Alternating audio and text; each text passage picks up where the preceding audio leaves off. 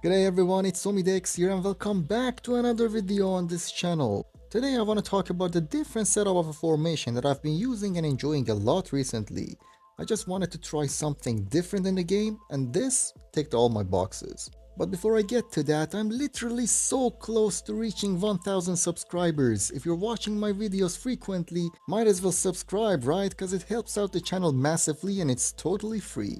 But for now, let's get down to business and talk tactics of 4-2-1-3.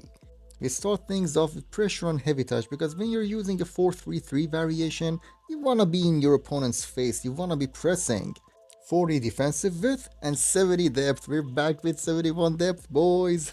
It's not as effective as before, but it's pretty good still. You're gonna be looking at slow build up and position and be like, nah, that's not it. Listen. The meta thing to do is to go with balanced and direct passing. But slow build up and position provides you with something different. It's just simply a different style of AI runs, positioning of your players in attack are more compact, and you just have more passing options and wiggling room. So give it a try, and if you don't like it, go back to balance and direct passing. I have an attacking width of 41, 5 players in box and corners and free kicks, both on 1. Now let's talk player instructions, shall we? The striker is on absolutely default. Let him do his thing, let the AI decide whether to stay central, go wide, get in behind or come short. In a setup like this, I believe it's very important to give the striker the freedom to do whatever he wants and not restrict him with just getting behind or stay central.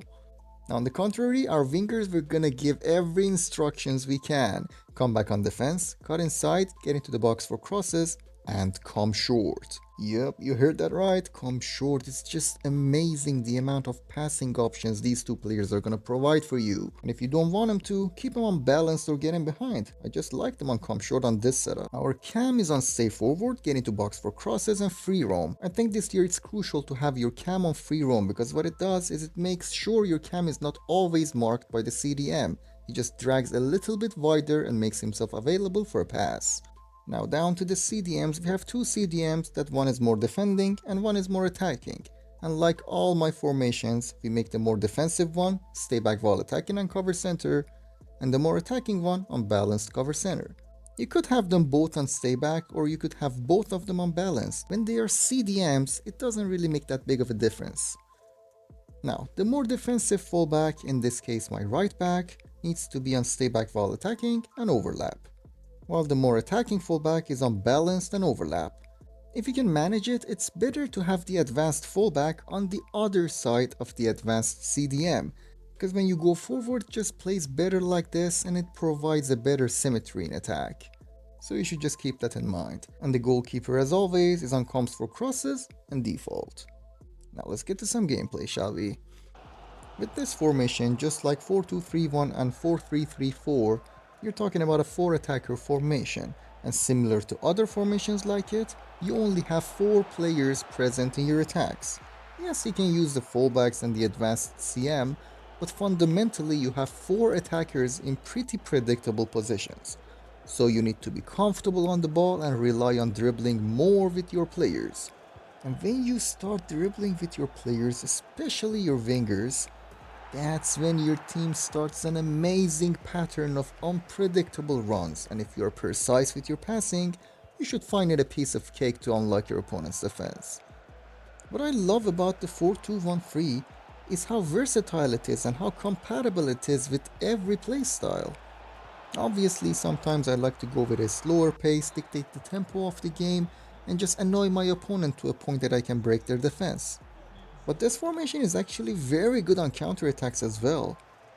Generally, any formation with one striker is amazing in counterattacks, and the reason for that is your opponents have 2 center backs marking your one striker, right? Wrong. One center back is marking your striker while the other center back is doing nothing. If you play one striker formation, just take a look at that next game. One of your opponent's center backs is having the hardest game of their lives while the other one is on a picnic. And on counterattacks, if the opponent drags the wrong center back out of their position, the one that's marking your striker, the other center back takes its sweet time to mark the striker, and that's where you're gonna find lots and lots of green space. So just make sure to keep an eye out for your striker because a lot of the times you're gonna find him open and free.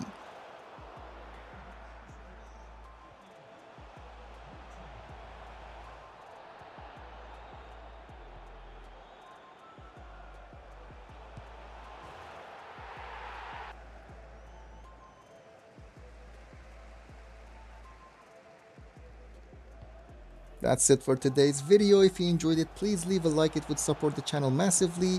Thank you for watching everyone, and hopefully I will see you on the next one. Cheers.